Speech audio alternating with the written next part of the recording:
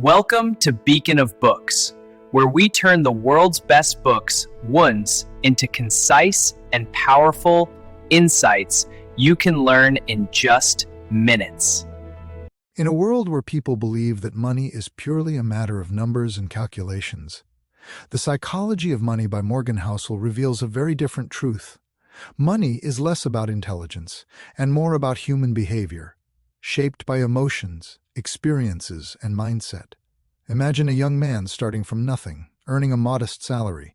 He is intelligent, well-read, and understands all the financial rules, yet he spends everything he earns, and sometimes more. On the other hand, there is a simple man with no advanced education who quietly saves a small portion of his income and invests it consistently. Years later, who do you think becomes wealthier? The answer may surprise you, not the smarter one, but the more disciplined one. The central idea of this book is that financial success is not determined by how smart you are, but by how you behave. Small, consistent actions, like saving and being patient, create remarkable results over time. One of the most powerful concepts discussed in the book is the power of compounding. Money does not grow only through hard work, but through time. When you invest even a small amount and allow it to grow, the returns begin to generate their own returns. This creates a snowball effect that starts slowly but becomes extraordinary over the long term. The secret is not in making a big start, but in staying consistent and patient. So why do many people fail to achieve this success? Simply because they lack patience. They seek quick results, take excessive risks, or withdraw at the wrong time. Markets rise and fall, and emotions fluctuate with them. Fear leads them to sell, and greed pushes them to buy at the worst possible moments. The book shares stories of individuals who lost great fortunes because they could not control their emotions. In contrast, others built lasting wealth simply by sticking to a simple plan and ignoring the noise. One of the most profound ideas in the book is the difference between looking rich and actually being rich. Many people spend money to appear successful. Luxury cars, big houses, expensive clothes, but these visible signs often come at the cost of financial stability. Real wealth, on the other hand, is invisible. It is the money saved, the investments made, and the ability to withstand financial shocks. As the author explains, the greatest value money can provide is freedom. The goal of money is not to buy everything you want, but to gain control over your time and your life, being able to say no to what doesn't suit you and choosing your own path without financial pressure. That is true wealth.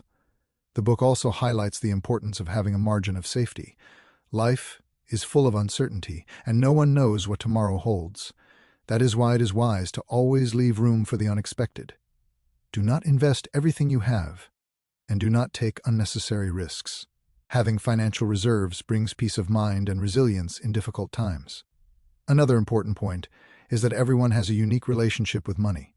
What seems like a rational decision to one person may appear risky to another. This is because each individual's financial mindset is shaped by their personal experiences and environment. Therefore, do not compare yourself to others. What works for them may not work for you.